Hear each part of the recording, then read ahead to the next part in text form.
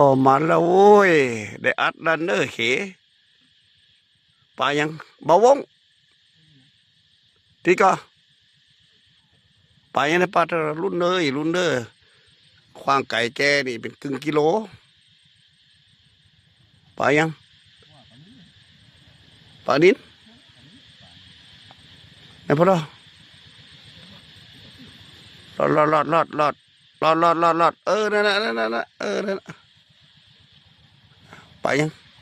นวลจันทร์เนี่ยให้อยู่ให้ก็เบาน้อยหน้าเวทีหมอลำนี่โดก็เอามาพออันที่สองปุ่นอันที่สองอภัยจดน้องมันก็คุณจันก็คุณจันก็นุ่นจันเนาะถ้าเป็นไงก็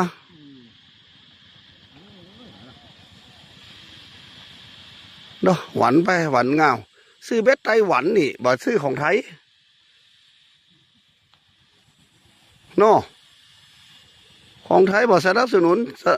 ของต่างประเทศปุ่นน่ะเอามาแล้วไหนบ่ล่ะโอ้นินจ๋ามาแล้วเนอะ